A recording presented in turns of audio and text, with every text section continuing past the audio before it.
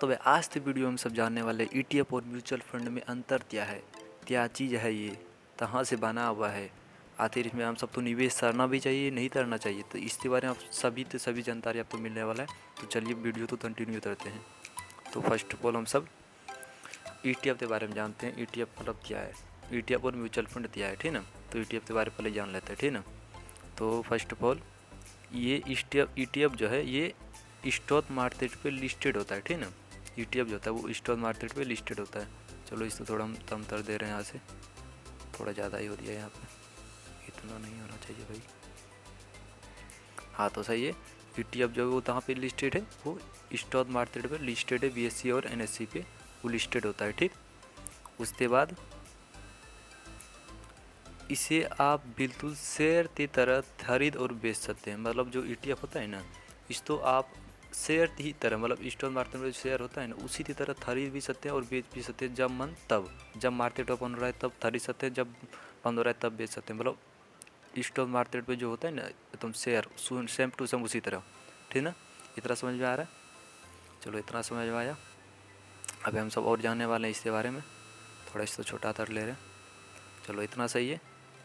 अभी हम सब जानते हैं यह जो ETF होता है ना, यह किसी इंडेक्स जैसे निफ्टी 50 या सेंसेक्स तो ट्रेड करता है। मतलब जो ETF होता है यह ना Nifty 50, mid cap, Sensex, small cap, इसी सब तो फॉलो करता है। या तो किसी सेक्टर पे भी हो सकता है, जैसे NPT क्या बोलता है, रेलवे का सेक्टर हो दिया, वो क्या बोलता है PSU हो दिया, बहुत बेन का भी सेक्टर होता है। तो बहुत मतलब उसमें ये उसको भी ट्रेड करता है, ठीक है ना। उसी तो मतलब ट्रेड करता है सिर्फ, और किसी तो इसमें नहीं। तो इसको थोड़ा हटा दे रहे हैं यहाँ से।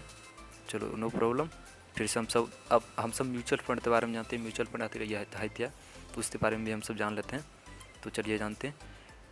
यह जो म्यूचुअल फंड है यह एक प्रकार का फंड होता है, ठीक है, जिसमें आपका पैसा फंड मैनेजर मतलब जो है संभालता है, उसको इन्वेस्ट करता है, ठीक है ना। वो आप तो पैसा तो इन्वेस्ट करता है, क्योंकि हम सब तो नॉलेज नहीं है, उसी तो हम SIP करते हैं, वो हम सब तो पैसा तो इन्वेस्ट करता है, बस यही है, ठीक। चलो इसमें आप तो डायरेक्ट खरीदने बेचने की ज़रूरत नहीं पड़ती है, सही बात है। इसमें आप तो मतलब ETF तो थोड़ी ना स्टॉक मार्केट में क्या बोलता है, स्टॉक तो है नहीं, इसको आप खरीद और बेच सकते हैं। इसमें आप तो मैनेजर जो है यहाँ पे फंड मैनेजर वही सब चीज़ कर सकता है, हम सब कुछ नहीं कर सकते हैं, वही खरीद सकता है और बेच सकता है, ठीक। चलो नो प्रॉब्लम, इतना समझ में आ रहा है। चलो हम सब और समझते हैं अभी। यह जो है म्यूचुअल फंड, यह ना यह कई प्रकार के होते हैं।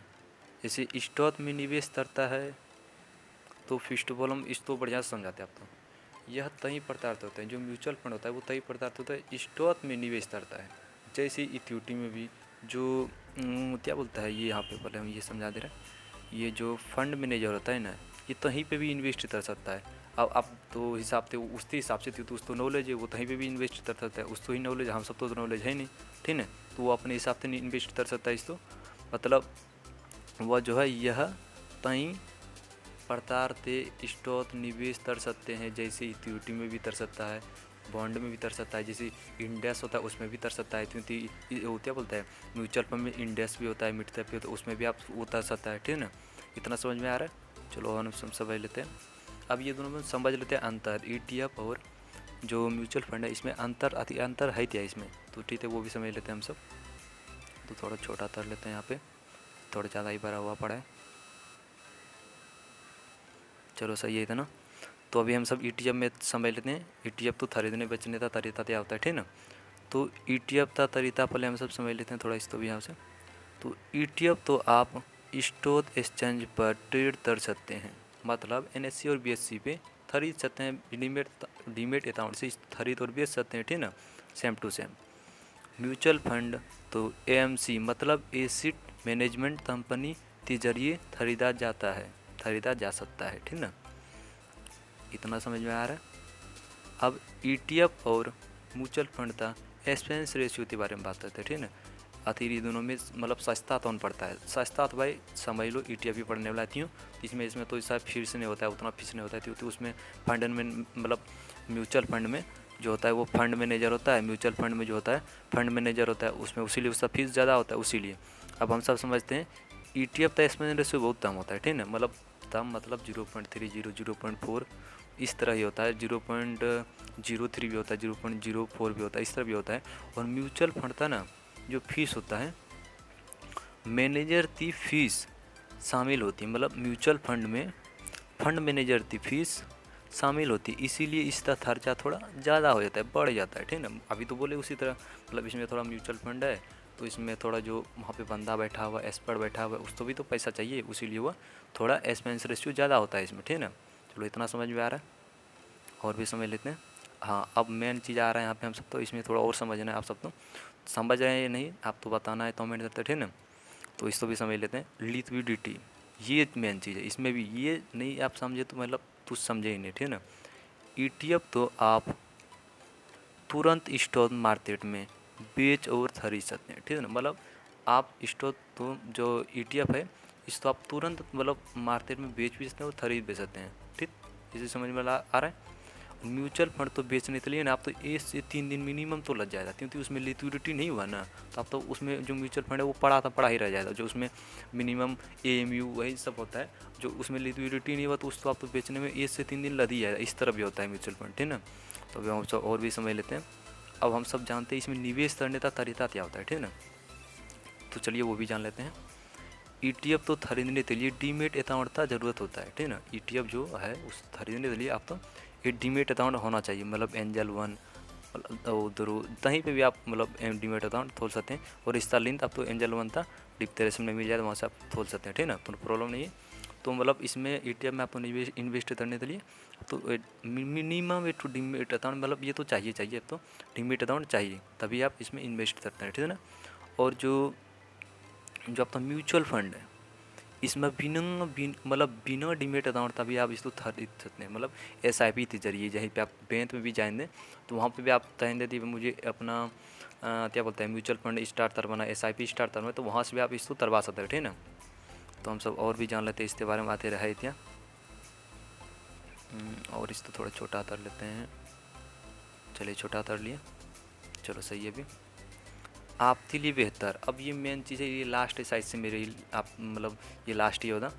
अब आपके लिए इसमें बेहतर क्या है, मतलब आप तो इसमें रिटर्न मिल सकता है क्या, तो मतलब ईटीएफ और म्यूचुअल फंड आपके लिए क्या बेहतर है, मेन चीज़ तो ये है ना, क्योंकि सब तो नॉलेज तो है नहीं शेयर बाजार था बहुत। यहाँ पे एनएससी और बीएससी बोल रहे थे भाई 95% ट्रेडर तो लॉस में पड़ा हुआ है, तो उसीलिए बोल रहे हैं इसमें आपके लिए बेहतर क्या है, ईटीएफ बेहतर है वो या म्यूचुअल फंड, तो आप तो वो भी बता दे रहे थे ना।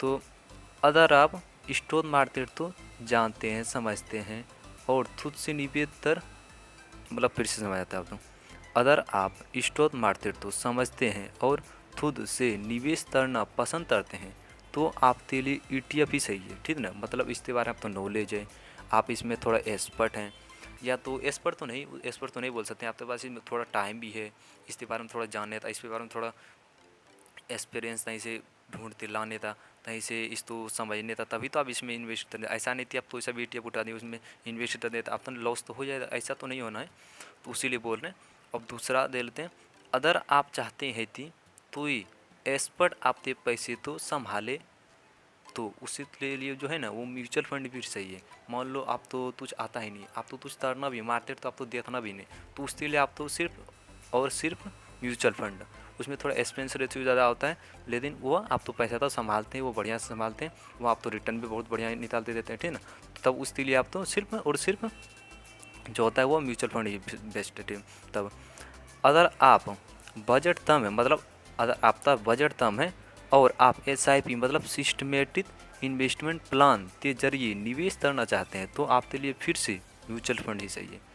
मतलब आपके पास कम पूंजी है, कम पैसा है, 3,000 4,000, मान लो आपके पास 5,000 रुपये 1,000 रुपये महीना में आ रहा है, तो आप उसको एसआईपी के जरिए हर एक मंथ में आप उसको डेली या तो वीकली या तो मंथली मतलब उसको इन्वेस्ट कर सकते हैं एसआईपी के जरिए आपके बैंक अकाउंट से। जिस तरह होता है ना वो क्या बोलता है लोन वाला पैसा अपने आप तर जाता है, उसी तरह एसआईपी उसी तरह अपने आप तर जाएगा, अब तो पता भी नहीं चलेगा, बस आप तो हिस्ट्री मतलब बैंक तक जाता है वहाँ पे 1,000 रुपया तर दिया वो चला दिया पैसा, वो आप तो सीधे कहाँ पे चला जाएगा, वहाँ पे म्यूचुअल फंड में चला जाएगा और वो आप तो पैसा इन्वेस्ट होते रह जाएगा। और उस तो जो पैसा तो है वो संभालता तो है नहीं, म्यूचुअल फंड में जो होता है फंड मैनेजर वही आप तो पैसा तो संभालेगा, बस इतना ही है, ठीक है ना।